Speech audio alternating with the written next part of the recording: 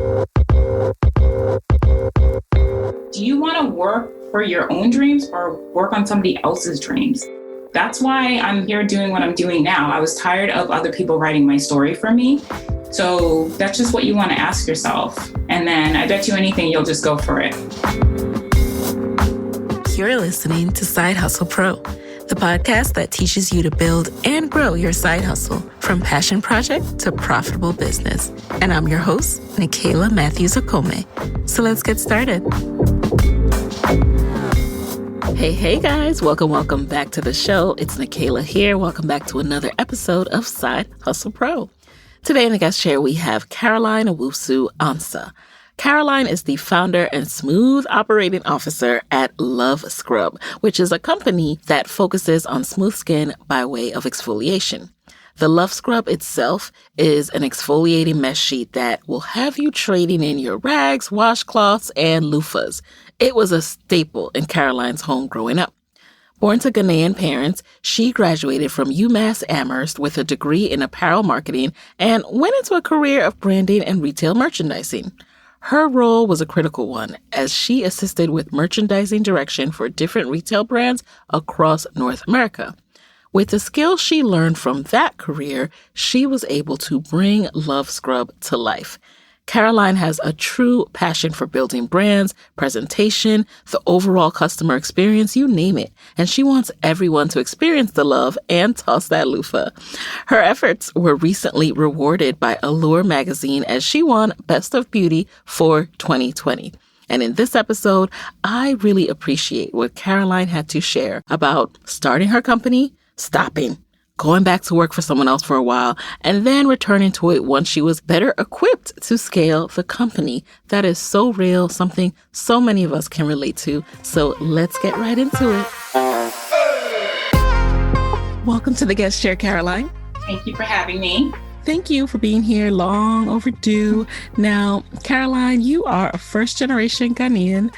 What was your first experience with entrepreneurship? Yeah, well, at a young age, I've always daydreamed and fantasized about being an entrepreneur. And I always felt like it was something just in my bones that I needed to get out. So I've always fantasized about opening a boutique store or also having either a consulting business, being a designer. So yeah, that's kind of where it started. And it's something that I've always wanted to pursue. But I wasn't sure exactly when it was going to happen, but I just knew it was going to happen one day. I had no idea I was going to end up designing bathcloths for a living, but yeah. Glamorous, right? Exactly what you pictured. But you have made it glamorous. That is the crazy part. So now you graduated from UMass Amherst with a degree in apparel marketing. You went into a career of branding and retail merchandising. Walk us through that journey. Yeah, so at UMass Amherst, I graduated apparel marketing, which prepared me for anything that I wanted to do in fashion on the business end. So I could either be a buyer, planner, I could go into sales, but I decided to go into retail merchandising and branding. And how that came about was in college, I actually worked at a store, and I absolutely loved working in the store, dressing mannequins, making displays. And after getting out of college, I was like, wow, I really love this and I want to pursue this. So after college, I went into the role of being it's called brand management for actually Express. And I was in charge of the store presentation for one location. So anything from the mannequins, the windows, the way that everything was laid out in the stores, from how the marketing was placed, and just making sure that every customer had a really amazing shopping experience. And I wanted to pursue that for my career. So after being in one store, I was overseeing a territory of stores. And then by the time I ended my career, I was overseeing North America for several retailers, being in charge of the look and feel of all locations, no matter if they were a lot of square footage, or if they were small square footage, if they were high volume, small volume. I also worked very close with the corporate team to create the directives for all stores to make sure that they all look the same. So for instance, if you go into a Gap store in Oklahoma, it was important that it looked exactly like the Gap that was in Manhattan. So I did that and I absolutely loved it, but I got completely burnt out and I just needed to make a change. So that's incredible what you accomplished and everything that you were in charge of. I've read a little bit about your story. I didn't know that part, but I did read that you grew up using this type of mesh body loofah in your household, and it was so normal to you. Did you think this was like unique to your culture or that everyone else used that? Yeah. So growing up, my mom handed me this product when I was about 5 years old. Everybody had one in the family. We all had our own color. And I thought it was like just something everybody used. But then when I would, got older and, we'd have sleepovers at my friends' houses, I noticed that everybody had like a poofy thing hanging in their bathroom. And I'd be like, why are they using this? And I always thought it was so weird because I'm just like, those things don't work. Those are gross, like whatever. I know I'm clean. I love what I'm using. And, I never really thought twice about it. And then I remember my best friend in college, she came and slept over and she borrowed mine without asking permission. And I remember her coming out of the bathroom and she was like, what is this? I need one of these. And I told her what it was. And, she's like, she begged my parents to bring her one. Wow. Yeah. So my parents found one for her. She was using it. Her husband was using it. I think her sister might have used it too. And I was just like, wow, this is not how it's supposed to go. But, right. But that was like I'm not going to judge anyone's shower practices. Yeah. I'm like, whatever. But that was like my first moment when I was like, wait a second, like, wow, other people besides Ghanaians like to use this product. So I always thought that was interesting. But back then I wasn't like, I didn't think about starting a business. So I didn't think, wow, I can make this a business. I just thought it was really cool. And then I remember telling a couple of my other friends about it. And my friend was like, oh yeah, I want one. And this is back in 2001. This was like years ago. So that's kind of when the idea kind of like, I knew it was something, but I didn't do anything with it. So it was back then. Yeah. That's a powerful comment right there, because how many of us know we're onto something or know we have an awesome idea and we just didn't do anything with, or we just don't know what to do with that. Right. At what point did it occur to you to make your own? How many years later? Yeah. So fast forward to 2011, I was at a rooftop party in Brooklyn, hanging out with new friends, drinking wine. And I remember going to this party. There's two women that I'd never met before, and they complimented me on my skin. And they were like, wow, your skin is so beautiful. And I think it might have been the wine. But I said to them, I was like, oh yeah, I've been using this product since I was, 5 years old. And they were like, oh, you should package it and sell it. And I was like, wait a second. So I just kept thinking about it the whole night. And I was like, wow, like I've never thought about this. I've been looking at this thing my whole life, pretty much. And I never thought to make this a business.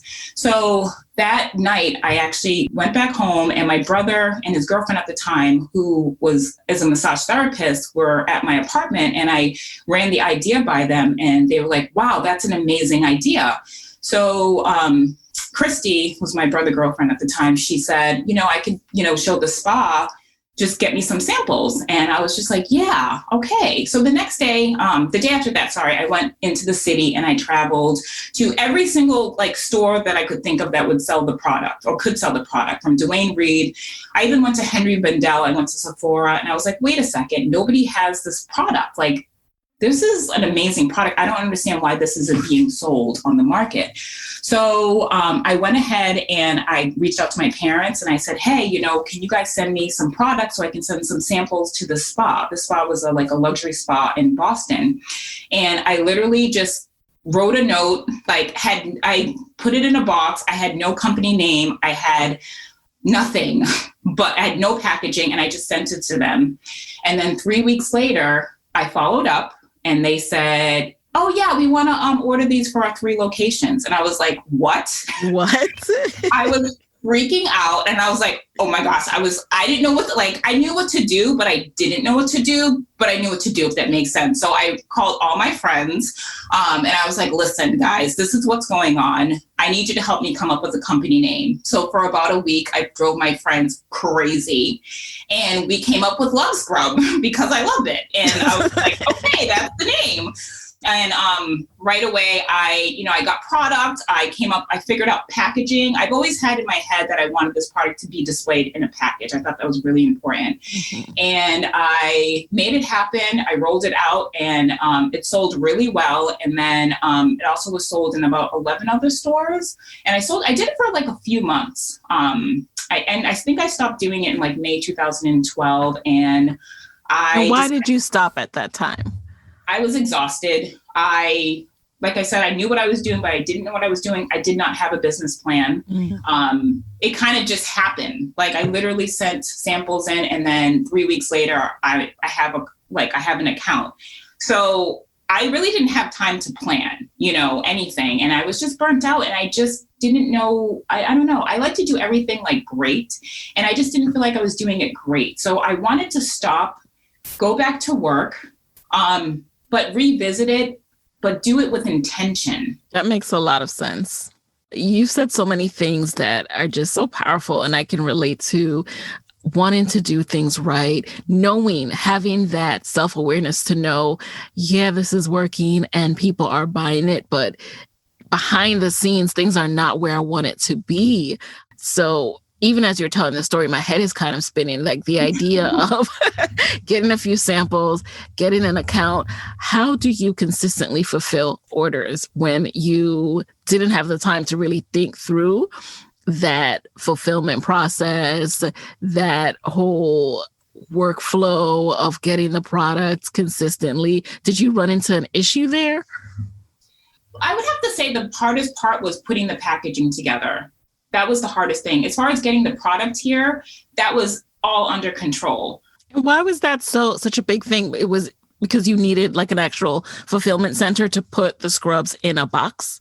We weren't there yet. Okay, you weren't there yet. Okay. Yeah, I was like in 2011, I literally was doing this like pretty much by myself, making the packaging by myself, like running to Kinko's, printing out the descriptions that had to go in the back of the box, like making sure that it fit in the box. Like I was doing pretty much everything by myself. Okay, I can see why you got burnt out. Wow. Yeah, the thing too is that I didn't have a plan. But the thing is, I knew I had a great product. I knew I had people that loved the product.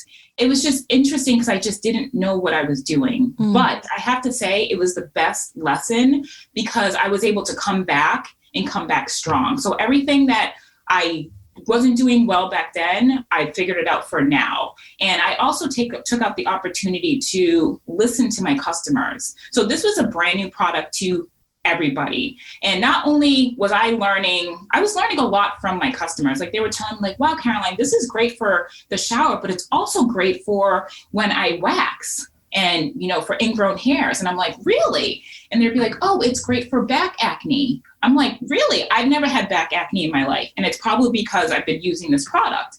Other people would be like, oh, Caroline, this is great for before I go spray tanning. I don't spray tan, so why would I know that? So I was taking all these notes and I was like, wow. So, I was just learning a lot. And when I came back in 2016 to relaunch, I just made sure to use that as part of, the selling point for the product. So that was really helpful. Also, I got product about the way the product looked and, the length of it. And it was just a really good learning experience. I know a lot of people just jump right in and they don't stop and go back. But I have to say that was a big lesson for me. I learned a lot. So yeah, it was kind of crazy, but it was great. Let's talk about that process of going back to work. So at that point, you just shut down shop and said, I need to get a job. Did you have a idea of how long you wanted to work before trying it again? Or were you at that point convinced you were not going to revisit it?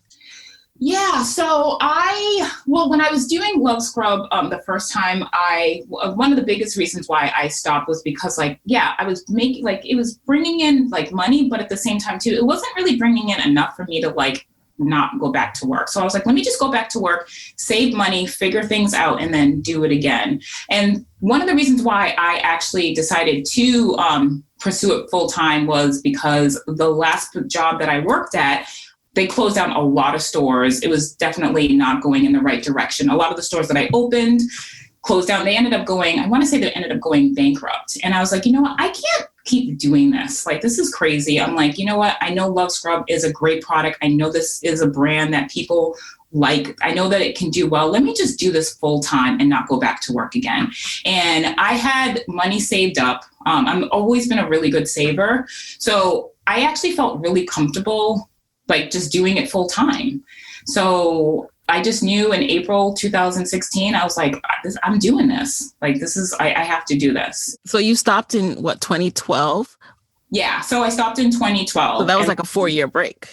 Yeah. I had a lot of time to think, a lot of time to daydream. I was always talking about it to people. And people were like, why did you stop? And I'm like, well, but I always knew I was going to do it again. But I just needed to have a good plan, which I didn't have before. So. Now let's talk about this plan, because I've heard you mention it. I'm all about the plan.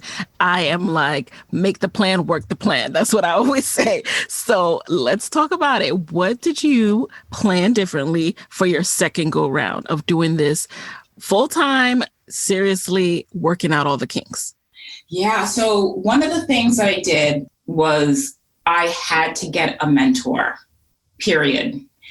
I did not have guidance the last time. I was kind of like figuring it out. I mean, I was lucky enough to know a lot of entrepreneurs and be around people that have developed products, have like, clothing lines and all that. And I've always watched, I've always taken notes.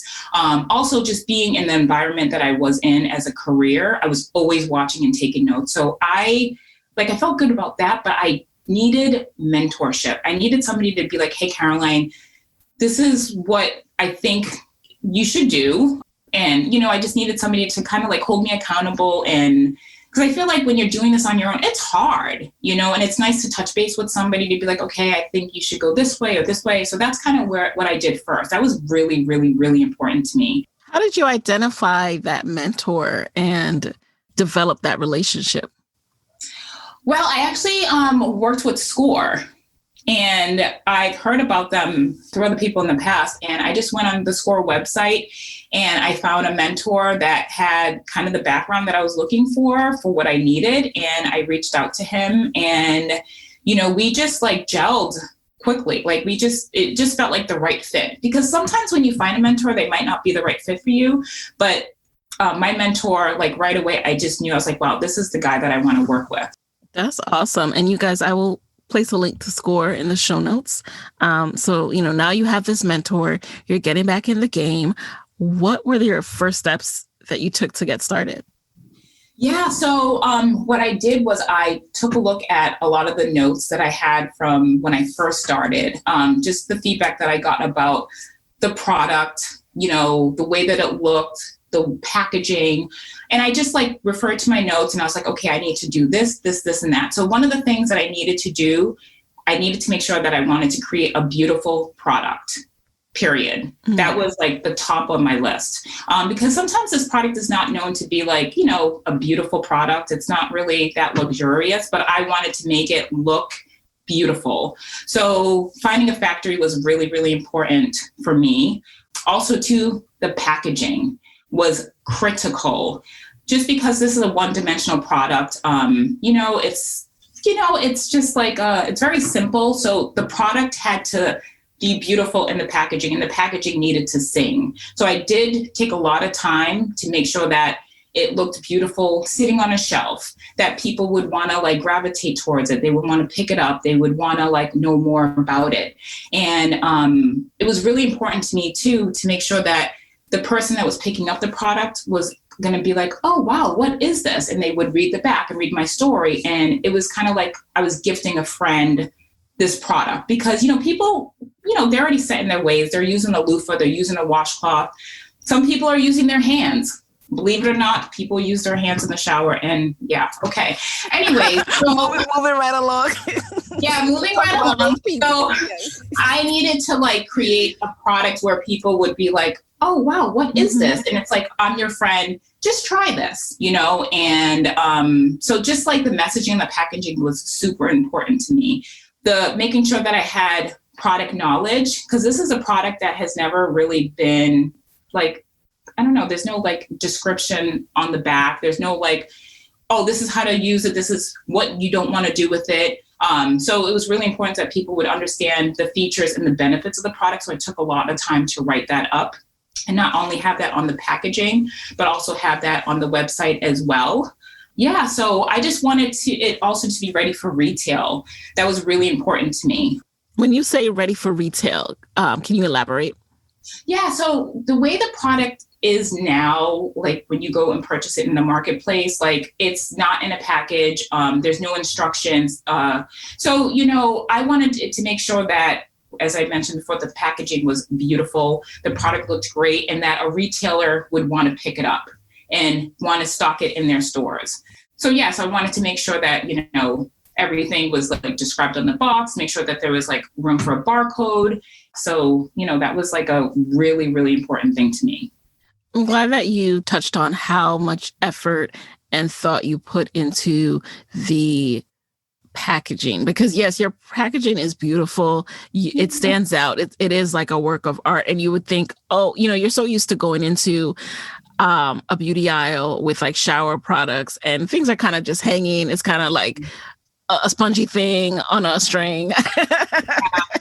But you have created this like art piece. Like I've been to different fairs or festivals where there's a retail section, and yours can first of all go on with anything. Like it can be flat laid or sit on a shelf with like a candle. It's something you want in your bathroom as decor, and also it is so effective on your skin. So kudos to you for doing that. And did your mentor help you through that process, or were there things or resources that you found that helped you to think through, where do I go to get a manufacturer, or how do I make the most effective box? Yeah, so I've always been very lucky to know people that have had their own lines, like either product or apparel. So I've always had, I could always just look to them or just be inspired from them in order to figure out where I wanted the packaging to go. My mentor actually helped me with all the back of the house stuff, like just like the operations, like making sure that I was ready to launch and all that stuff. But as far as the packaging goes, a lot of the packaging designs came from, or ideas came from like my first package, because I had it in a specific size box. It was pretty animated and it had like a certain kind of feel to it. And so I kind of took some of those things and brought it into the new box. And with this, the new packaging that I have now, I knew that I wanted it to be black and white. Like as far as like the African print, that actually came from me. Like one day I woke up and I was struggling with the packaging for a while because it took me a long time to think about it. And one day I woke up, I was like, wait a second, it has to be an African print. And that's where we went with it. And I decided to go forward with the African print. And, what was really important to me was making sure I kept the DNA of West Africa in the box, because this is an African beauty ritual, so that is something that was really, really important to me. So it kind of came from me. And then I did partner with somebody in designing the box and make sure that we had the right dye lines to go to the factory. But the initial African print and all that, and then the size and all that came from me. But then I did work with other people to help bring it to life. I think that's why I love the packaging so much, because I love all things African print. And I'm just like, this is literally decor. This could go in my living room, my bathroom, my kitchen. What was really important to me too with this packaging was I wanted it to feel like, I wanted people to gift it to other people. And I didn't want them to have to wrap it. Or, you know what I mean? Like you can just put a bow on it and hand it to somebody as it is, so... But yeah, I having the African print was so important to me because this is an African ritual. So I just wanted to keep the DNA there for sure. Hey guys, it's Nikayla here with a quick word from our sponsors. One detail that really, really impresses me about small businesses? When they have their label inside of their product. Whether your side hustle is knitting items, or maybe you have an apparel shop on Etsy or Shopify, the presentation and price point of your items increases exponentially with that professional label. And that is what today's sponsor, Dutch Label Shop, provides. Dutch Label Shop produces retail quality woven clothing labels. Their labels are the same kind of durable fabric labels that you see on big brands in stores. They have figured out a way to make the same high-quality labels at virtually any quantity and at an affordable price. In addition to woven labels, Dutch Label Shop also offers printed care labels. Plus, they offer pre-made size labels and custom hang tags. And right now, Side Hustle Pro listeners can get a special discount on every label product that Dutch Label Shop sells. Head over to DutchLabelShop.com and enter the promo code HustlePro at checkout to take 15% off your order. Y'all, my list of things to do for this show used to be longer than an encyclopedia. On top of juggling motherhood and the baby, I barely had time to record this podcast. My list was full of things like get back to sponsor with contract, publish show and schedule show notes, clean out inbox, research new aspects of my business. Then I heard about Fancy Hands. They are the fastest, most affordable virtual assistant service in the country with a team of assistants based right here in the US. That's right, 100% US-based workers. Fancy Hands gives you a team of assistants ready to work for you right now. Just tell them what you need done and they'll handle it. This is an incredible service that actually lets you focus on what you do best. So here's my list of things to do today. Record podcasts. That's it. Fancy Hands will do the rest. Go to fancyhands.com and enter the code HustlePro for 50% off your first month.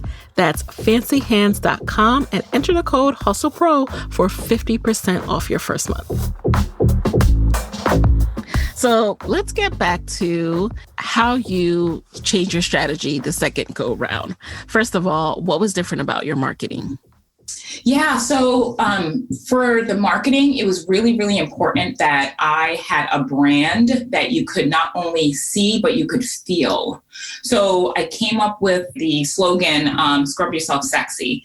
So that to me felt like the best way to go for the product, because every time I heard somebody using the product, they kept on saying, wow, I just feel so smooth and I feel so sexy. And I'm like, wow, scrub yourself sexy. That's great. So I just kind of started working off of that. And I started to go through and find photos that resonated with that slogan. And I just started to build a marketing campaign and started building my brand off of that. So that was something that I did that was much different than I did the first time. That was really, really helpful for sure. And, also too, I feel like the packaging is sexy, the Instagram, I wanted it to feel sexy. That was just really important, that was the main tone of the brand. So that was something I was really, really focused on. Also too, the second time around, what I focused on was the retailers and just making sure that I got into, I really wanted to be in the spa environment. That was my main focus, was that, also being in beauty boutique stores. But as my customers were using the product and giving me feedback, I realized, wow, this is great for, waxing customers, people that are, doing Brazilians or doing waxing their legs, whatever, because it's great for ingrown hair. So it went from more spas to going to the waxing salons, which was awesome. I would have to say the second time around, definitely the waxing salons was a big part of, stores that we went into, and is continuing to go that direction now. Do you ever experience pushback with all of these pitches to these different boutiques, these different waxing salons? It sounds kind of seamless when you're saying it, you pitched it and they wanted to order and you fulfilled it. But what is that process like? Yeah, well, it's funny. In the beginning, I was pitching all the time, and it was exhausting, but I had to keep pitching. And, a lot of times I heard no, and then I would hear yes. And then, we got to a point where we got so busy that a lot of times, we're having, the accounts come to us, which is really, really nice. However, I know that's not usually the case. We are going to be getting to a point where we're going to be bringing in a sales team that's going to be going on and continuing to doing the pitches, because I think that's something that always needs to happen. But it went from like me pitching all the time to everyone coming to LUV SCRUB, which is actually really nice. That is nice. How much emphasis did you put on PR in the beginning days? I know that LUV SCRUB has been featured in some awesome write-ups, amazing publications. So was that your doing in terms of more proactive pitching, or did that come with time and exposure? Yeah, actually, one of the things that was really, really important to me was to get it in the press. The first time around, we were not press ready, because there was still opportunity with the product and the packaging and all that. But this time around, I was like, listen, I need to get this product out here. I'm doing this 100%, like, let's do this. So I actually ended up getting a press mentor that helped me with, writing the perfect pitch and, just encouraging me to get those pitches out there and just to keep going. Press is really hard, but, he always said, Carolyn, you have to keep going. And that's what I did. But that was like a major thing. So before we launched in December 2016, I think I went to meet with him. I think it was like in September 2016, just to talk to him, tell him my story. And he helped me carve a pitch. And he didn't do the work for me. I'm the one that had to do the work, but I just kept going. And I remember my schedule when I first started. I had 1 week would be press week. The next week would be sales. So I would just rotate it. And, I would just write to all the beauty editors and I would just, write follow up. And I heard no a lot. And then, then I started to hear yeses. And then it got to a point where stories were just being written. And it was just amazing. It was so great, but it was a lot of work for sure. I love that you talked about your phased approach, because I am a big advocate of batching tasks and just saying, on this day I'll focus on that, then I'll go back to focusing on that the next day. And it absolutely works, especially when you're an army of one, to just knock out as much on one thing as possible and then go back to the next thing. Now, I notice with the LUV SCRUB, it is meant to last for a while. So what is the process of getting repeat customers? Yeah, it does last a long time. And, we recommend that you change it after 18 months. And the reason why is because after the 18 months, the knots that make it exfoliate your skin loosen. So it's really important to replace it. But also too, after 18 months, you kind of just need a new one, Yeah, if not before. I mean, just for your own, Yeah. Exactly. Fresh. Yeah. Exactly. But what the great thing about the product and the way that it's packaged, what happens is a lot of people that purchase it, they come back anyways to purchase it as a gift. So even if they're not purchasing it for themselves, right, right away, they're purchasing to give it to somebody else. So that's how I get people to come back, which is really awesome. But yeah, I mean, I think too, with it, we recommending to change it every 18 months. People do come back. Our return rate is very, very high. And I think that it is a benefit. And, I know for the most part, a lot of people are into, or they're using the loofahs where you're tossing them every 3 months and all that. And, that's what retailers want. That's what brands want. But, honestly, it's really all about sustainability and making things last. And I think that's how we keep our customers coming back, because they know that we're giving a quality product. Our service is great. We put the customer first. We have a brand experience that, people love. They love the way that they feel after they use the product. They love the way their skin looks, whatever. They want to share the love with their friends and family. So, yeah, I think that's what helps them, come back and purchase more. So now let's transition a little bit into the financial aspects of business. Now, a lot of people lose money in the first few years of their business. You have had the not so unique experience of starting, stopping, starting again. What was your experience on the financial side? Yeah. So right now, like when we launched the second time in 2016, I have to say, like, we've had nice growth each year. We haven't really experienced any loss, which has been really awesome. So yeah, that's kind of like where it's been. Like I have, I'm always putting money back into the business. I take a very small salary for myself and everything just goes back into the business. And, I'm just really thankful that we've been profitable since we started. So how big is the team at this point? So right now there are 5 people on the team and we're looking to grow. We just got a space. So excited. It's time.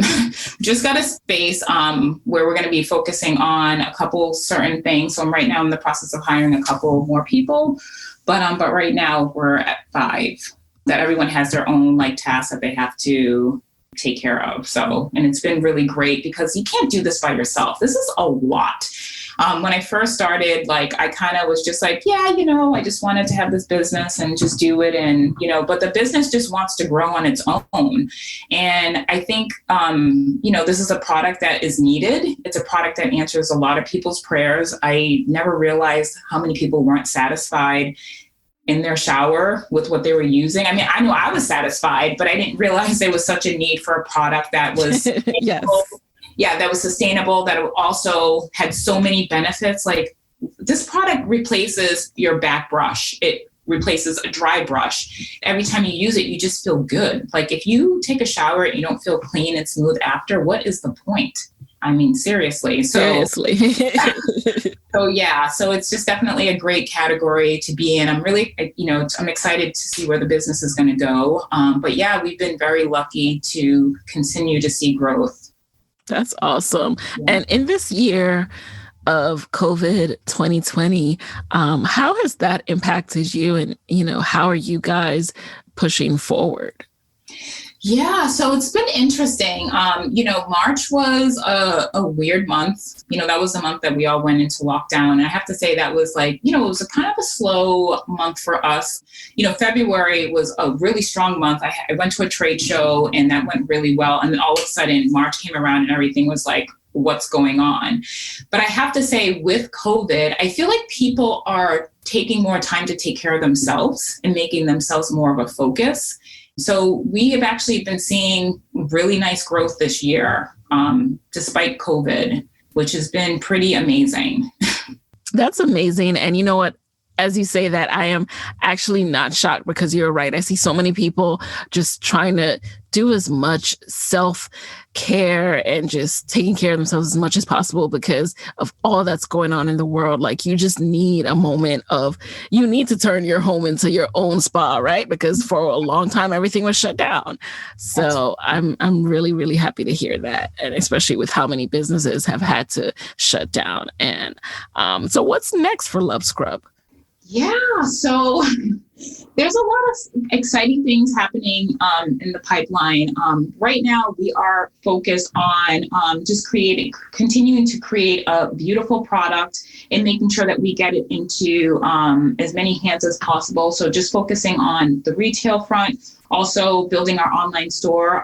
We are looking to expand in the future. I can't say exactly what we're doing yet, but there is definitely more to come as far as like different categories and all that. I'm super excited about it. We've been getting asked a lot, like, hey, like, when are you going to come out with this? Or what about this? What about this? And I'm like, oh, it's coming. I actually am kind of a perfectionist. So I think a lot and it takes me kind of a little bit of a long time to, think things through, but I just like to do things like once. I want to just make sure whatever I put out, I'm absolutely in love with, that it's in line with the brand. It feels right. And so, yeah, so there's more to come. So stay tuned. We are staying tuned. Okay. So now we're going to jump into the lightning round. You just answer the very first thing that comes to your mind. Are you ready? Yes. Alrighty. Number 1, what is a top resource in your business that you can share with the Side Hustle Pro audience? SCORE. I mentioned it before. SCORE is everything. I have a mentor for pretty much every aspect of my business, from PR to operations, importing, law, all that. So I'm a big fan of SCORE. Number 2, what has been the best business book that you have consumed this year? I have to say Words That Sell has been a great book for me. From the beginning till now, I absolutely love that book. It definitely helps me with, copy. And I think I heard about it on your podcast. That's awesome. Yeah, I feel like that's where I got the book, but it's amazing. So, all right. I hope that helps someone else as well. Number 3, if you have a daily routine, what is a non-negotiable part of it? 9 a.m. is showtime. Okay. Monday through Friday. I don't care what's going on. I have to be at my desk at 9 a.m., period. That is great. I love that. Okay. Number 4, what do you think is a personal habit that has helped you significantly on this path? I would have to say a personal habit for me is working out. I have to work out and eat healthy. I think that keeps my mind clear, keeps me feeling good. If I don't work out, I notice that my day does not go as great as I would like it to go. So. All right. And lastly, what would be your parting advice for Black women entrepreneurs who have a similar journey of starting a business, then having to stop, go back to work for a little bit and still have that desire to revisit their business and give that their all? What would be your advice to them? I mean, you have to just ask yourself, how bad do you want this? You want to think about the pros and the cons. And I bet you anything, the pros will outweigh the cons. You want to make sure that you're okay with being uncomfortable for a while. That means that no shopping, making sure that you're cooking at home, making sure that you're saving every penny. Also, too, you want to think about, do you want to work for your own dreams or work on somebody else's dreams? And that's something that I've always thought about myself. And that's why I'm here doing what I'm doing now. I was tired of other people writing my story for me. So that's just what you want to ask yourself. And then I bet you anything, you'll just go for it. Indeed. Those were very, very strong words and just the right note to end this episode on. I mean, just being tired of someone else writing your story. That is just so powerful. You guys, if you want to hear more from Caroline and get the notes from this episode, head over to sidehustlepro.co. And Caroline, where can we connect with you after this episode? Connect with me. I am always on Instagram. So you can send us a DM, also Facebook as well. And that's at LUV SCRUB, right? At LUV SCRUB. Yes. All right. So there you have it, you guys. Hey guys, thanks for listening to Side Hustle Pro. If you like the show, be sure to subscribe, rate, and review on Apple Podcasts. It helps other side hustlers just like you to find the show. And if you want to hear more from me, you can follow me on Instagram at Side Hustle Pro. Plus, sign up for my 6-bullet Saturday newsletter at sidehustlepro.co/newsletter. When you sign up, you will receive weekly nuggets from me, including what I'm up to, personal lessons, and my business tip of the week. Again, that's sidehustlepro.co/newsletter to sign up. Talk to you soon.